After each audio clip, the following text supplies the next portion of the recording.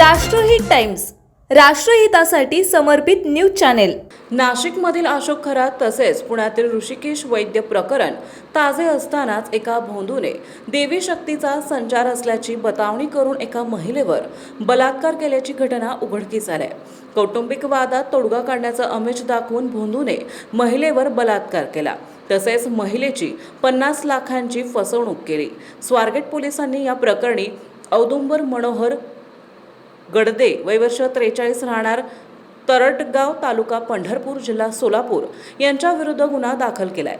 याबाबत 42 वर्षीय महिलेने दिलेल्या फिर्यादीनुसार पीडित महिलेचे पतीशी पटत नव्हते। त्यांच्यात कौटुंबिक वाद झाल्याने ती वेगळी राहत होती।